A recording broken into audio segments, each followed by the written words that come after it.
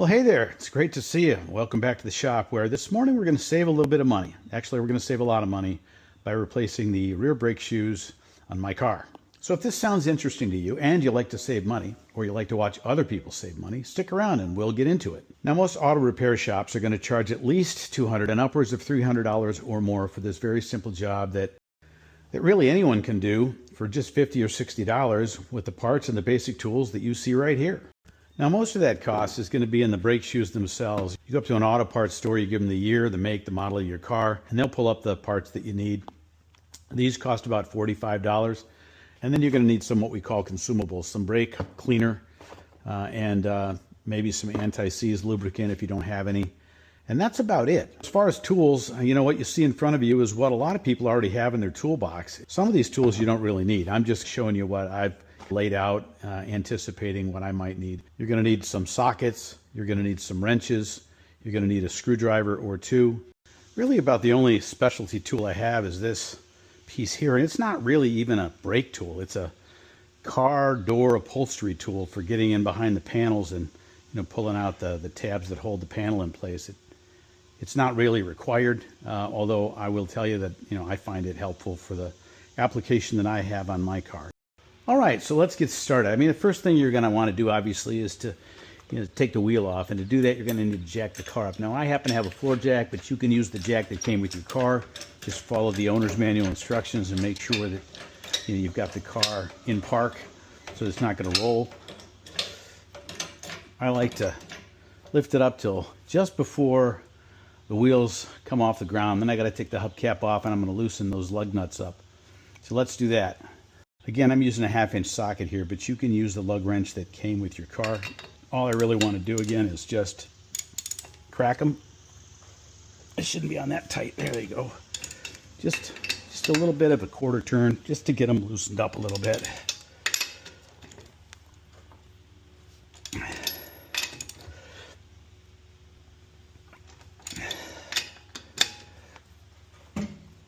All right, good. That's enough of that.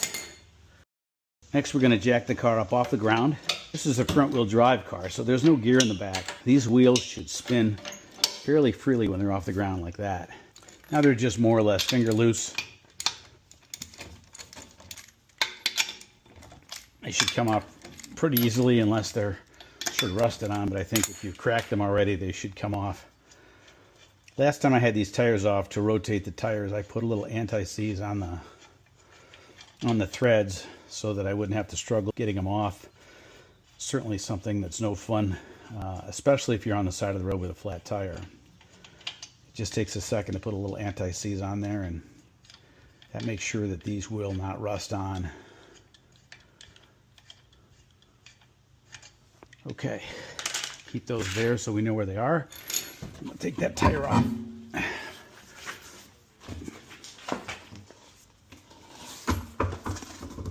Now, you can set this aside. Some people use it to sit on. You're going to need some kind of stool here, but I happen to have one over there. I'm going to use that stool. So I don't need one. I like to jack the car up a little bit more for two reasons. One, it just gets it a little higher and easier to work with. And second reason is I can slide the tire under there. And that way, if the jack wants to come down for any reason or starts leaking hydraulic fluid and sort of starts easing down, it'll stop when it lands on the tire, and then I can get something underneath it to jack it back up again.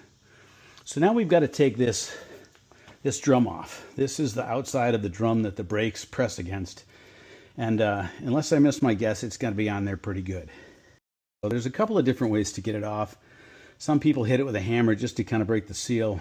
I don't really do that, but I'm going to show you how folks do it, and then I'll show you my method. I've seen this done. Maybe it'll work here, maybe it won't, but people will take this and just kind of loosen up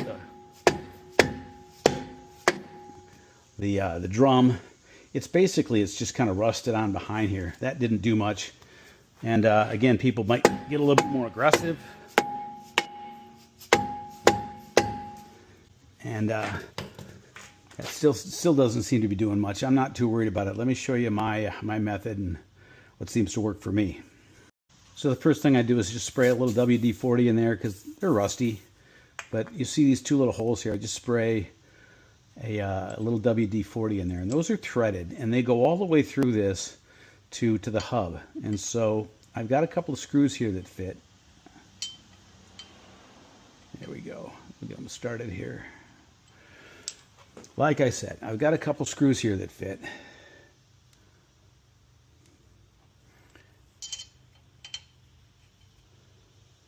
And we'll get them started. Like I said, they're kind of rusty, so they're going to take a little bit of encouragement to get on there. I've got a socket that fits, so we'll take this and we'll just tighten these up a little bit. They sort of stop when they hit that hub in there. And these are going to act kind of like gear pullers. They're going to push against that hub inside that this is rusted against, and they're going to crack it. Let's see if it does it there. You hear that crack? That's the, there we go with the other one on the other side. Boom, boom, boom, huh? Nothing's breaking. It's just coming loose from the hub in there. The inside of this drum is rusted to that. So it is, there we go. You can see it kind of moving out. See it moving out against the hub there, right there. Just kind of watch this part here.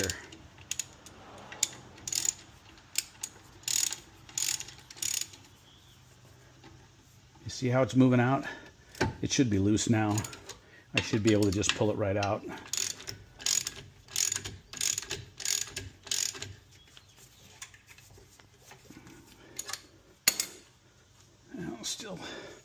Still kind of binding down here. That's all right. We'll just keep on playing this game.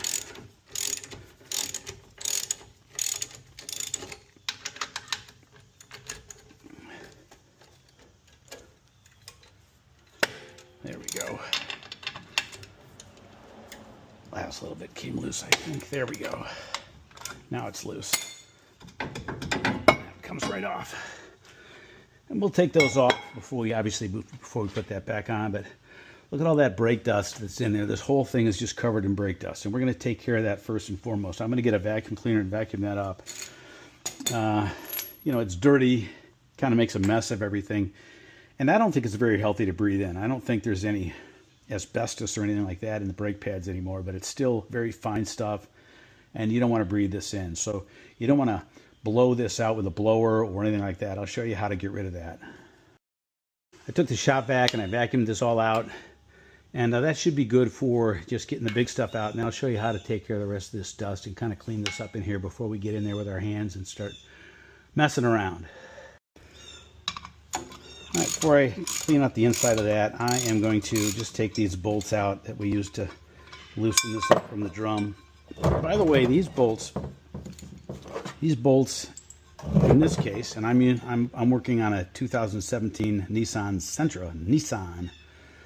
These bolts are metric. They're number 8 metric with a 125 pitch. So if you're working on that kind of car, that's what works in these holes right here. If you've got a different kind of car, especially if it's an American-made car, it might not be metric. It may be a different size, but you know, go up to your hardware store and you know, get a couple of different size bolts and see what works. Might take a trip or two before you get started. Obviously do that before you've taken the wheels off your car. But that's the way I take those off, and it sure does save a lot of time and aggravation of beating on this drum, trying to get it off. I've seen people just wail away on those things for hours. And you know, my adage, if I can, is to try to work smarter, not harder. All right, we're going to clean this up here. Let me show you how to do that. All right, I've got my oil drain pan. Here I've got my drum laying in the oil drain pan, and then I've got the rest of it underneath here. So I'm just going to first spray the inside of that with some brake cleaner. You can pick this up at any auto parts store. This happens to be Walmart special stuff, and that's fine because it's just being used to clean this stuff up. And then we're going to get in here and just spray that. We don't want to blow it out. We want to let it down so that it doesn't get that brake dust all over everything. And you know, don't be cheap with the brake cleaner. You know, use it up. I usually get a couple of cans for a brake job like this. They cost $5 or $6 a piece. Next, I'm going to just wipe this out on the inside of this, and we're going to inspect it and just make sure that it's still in good shape and I don't need to replace it or get it worked on. Also going to take a look at these brake pads, and yeah, this one is pretty much worn out. There's nothing down there. I don't know if you can see that or not. Let's see if I can get a better shot at that. But if you look over here, you can see there's really nothing left of that brake pad. A little bit more on the top here. It just kind of wears unevenly, but they are definitely in need of replacement. As for the rest of it,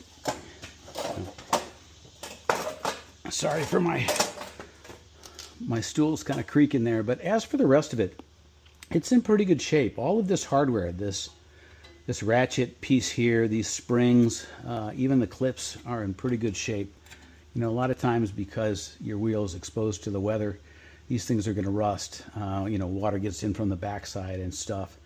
But these are, you know, fairly well protected because they are enclosed inside the drums. So, you know, I don't think I'm going to need to replace any of the hardware. So we're going to leave the hardware, clean it up as we take it off, and I'll show you how to do that in a second. But first, let's take a close look at this drum here. You know, the drums, they still look pretty good. I don't feel any grooves or marring on the inside. I think they're certainly going to be serviceable. I don't think we need to replace them. All right, we're getting ready to take this hardware off, take these drums off. I'm sorry, we're getting ready to take these shoes off, not the drums. We already took the drum off, but we're getting ready to take the shoes off, which means we have to disconnect all of the different components that hold it in place. And there's a way to do that, but before we touch anything, it's important that you know how to put it back together. And how we know how to put it back together is we take pictures of it. So, you know, get your camera, get your phone out, start taking pictures of everything. Take a picture of this, and notice where these springs go in. Notice how they're oriented. Again, take pictures of everything. When in doubt, take pictures. That's going to be your best friend sometimes. It's really not that complicated, but certainly if you haven't done it before, you're going to want to know how those go back together. So we can start taking this apart. This is all under tension, and we need to remove some of these springs. The first one that I typically like to take care of is this one down here in the bottom. And I've got a little hook here that I put on it, but you could use a pair of needle nose pliers as well. Maybe a pair of needle nose vice grips if you have it.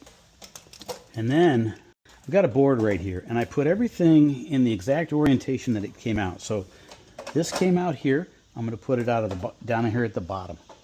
Make sense? And then I'm going to take these clips off, and I'm just going to drive those off.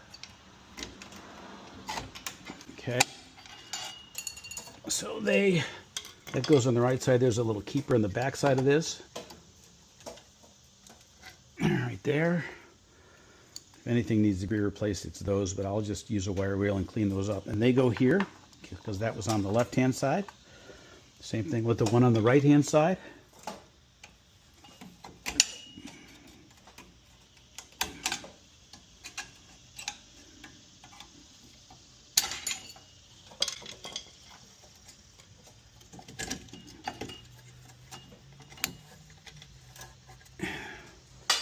Okay, and I'm going to put that there.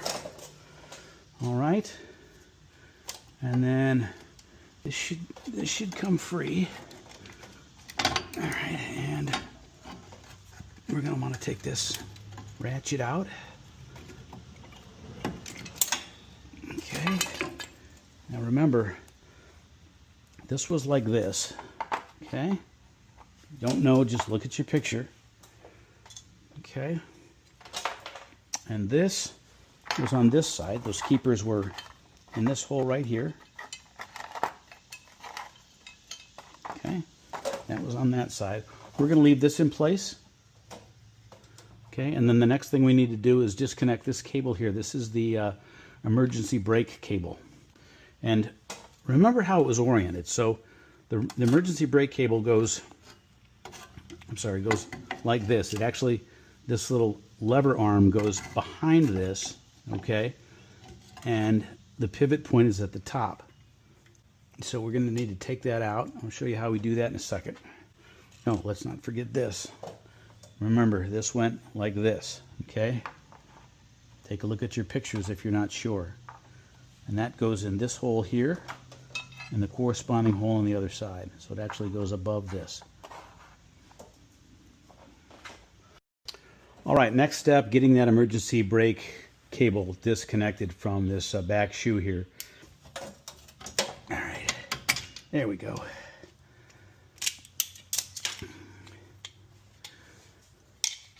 And now we've got that off. And it goes just like this, okay? So this would go in here like that. That would go in here like that. This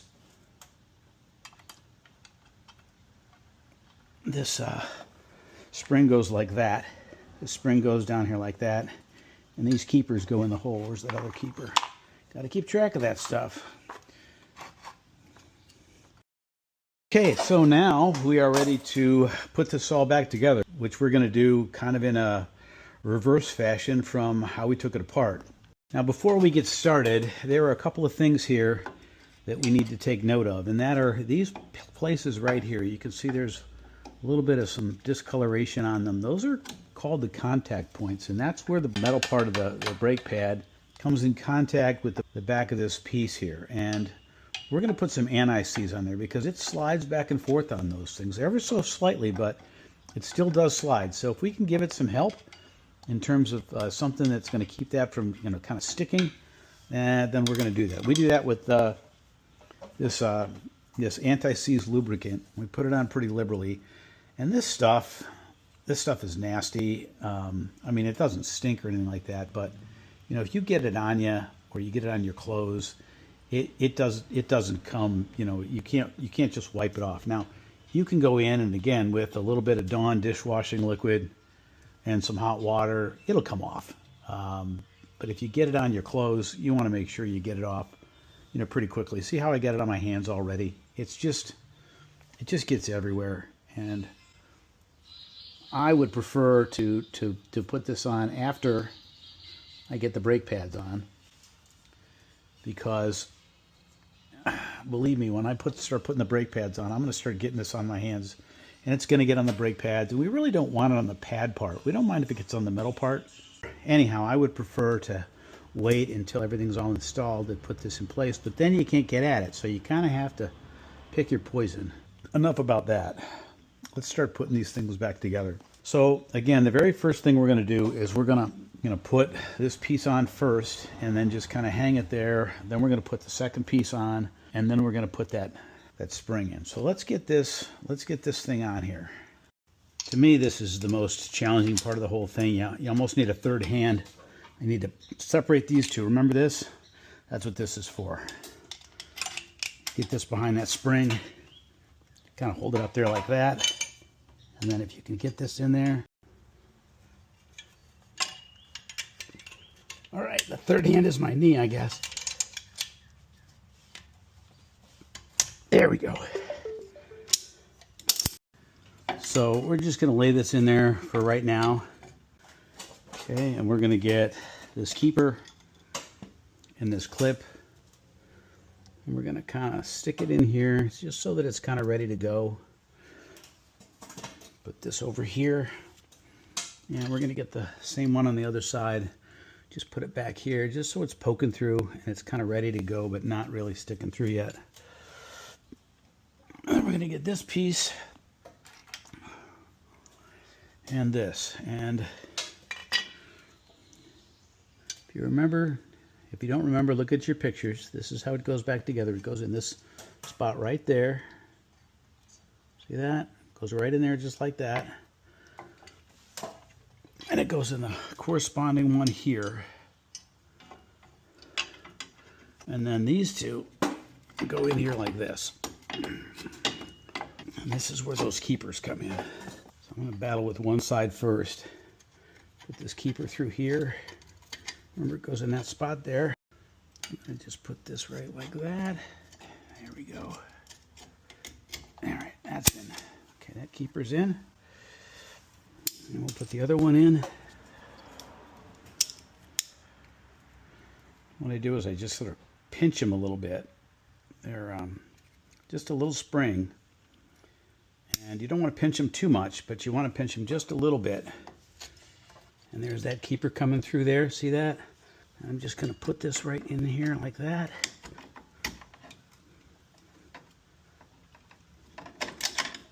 Okay. Now that keeper's in place. See, I got that stuff all over my hands now. I can't stand it. Hopefully it's not going to get too much worse. But we got that spring in. That's the big one. And we've got these two pieces pushing against those caliper pistons, which is important. We're just going to push that so these keepers are kind of 90 degrees. And what that does is it keeps it from coming out. See, it can't go in that direction any farther, so it can't come out. As opposed to if I just left it like that, it might pop out up here. So I'm just going to move it over here and just give it a little tap. And now it's where it needs to be. All right, we're getting there. We're almost there. This is the piece that goes next. And it goes just like this, with this piece facing the front and this piece facing the back. And the long part of this goes in the front, not behind. It goes in the front like this. And I don't know if you can see that, but it's going to go right in that little notch right there in both cases. To do that, we got to screw this in and make it a little smaller. Because the other brakes were so expanded, that's what this does. It expands and then holds it in place. See if I can't get it in there.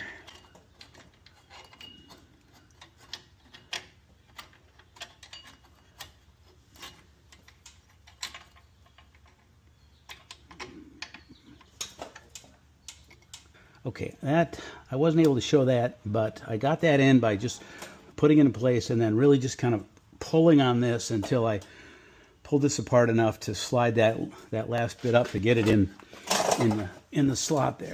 So the last piece that we got to put in, got to put this here on the other side of that over there. And I think what I'm going to do is use these vice grips and just get a good hold on this wire here.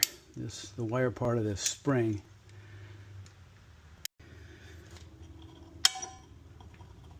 There we go. We should be all together now. It should be assembled. We're going to just double check things here. Make sure that all the places are in place. And then we got to adjust this so that the shoes move out, because we've moved that, I don't know if you remember, we moved that ratchet all the way in so that we could get it in and not have to fight against the spring pressure here. But now we want to slowly move it out. I'll show you how to do that. There. Put that on there. And that rotates just a little too freely. So we want it so that it's just kind of sort of catching.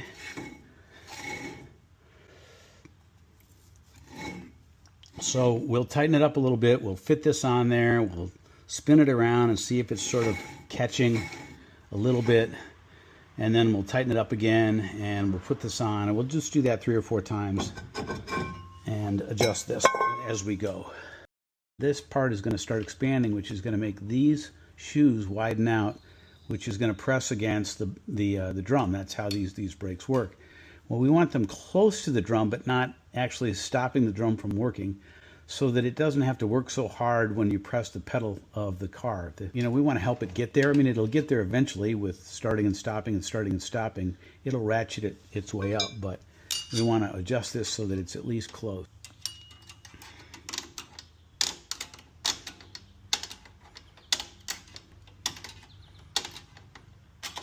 So this is just, we just fit it and we adjust it and we fit it and adjust it. One of the reasons that the auto shops, I don't want to say charge so much, but charge what they do is because they typically don't just do the shoes or the pads. They're going to want to replace the hardware, and that isn't just greed. Not saying they're not trying to make a profit, but this stuff fails, and if they just do the shoes or the pads and 2 months later, something in here rusts out or breaks, or they break it while they're trying to put it together because it's so rusty. It just becomes difficult to work on, and if it fails, within a couple of months or within the warranty period, then they got to go back in and fix it for free. So for the most part, you're gonna be hard pressed to find a professional auto shop that is willing to just put in the shoes without replacing the hardware.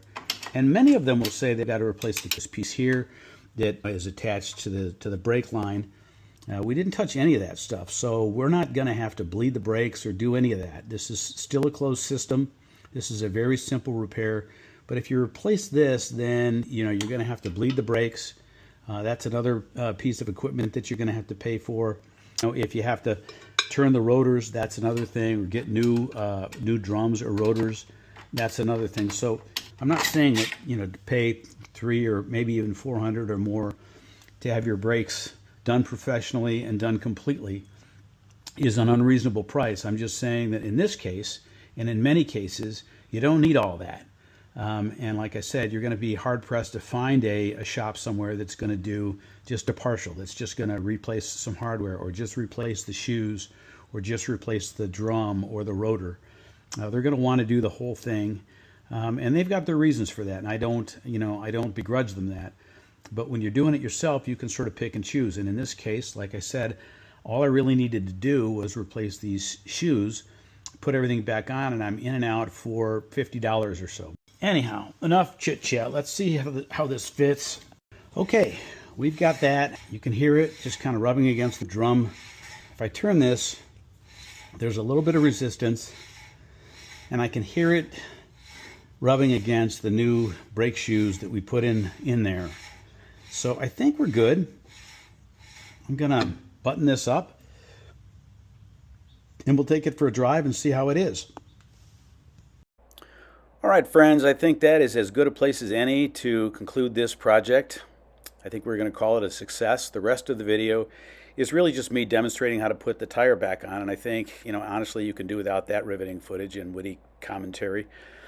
But if you've come this far with me on the project, I want to thank you, and I hope that it has been both entertaining and informative.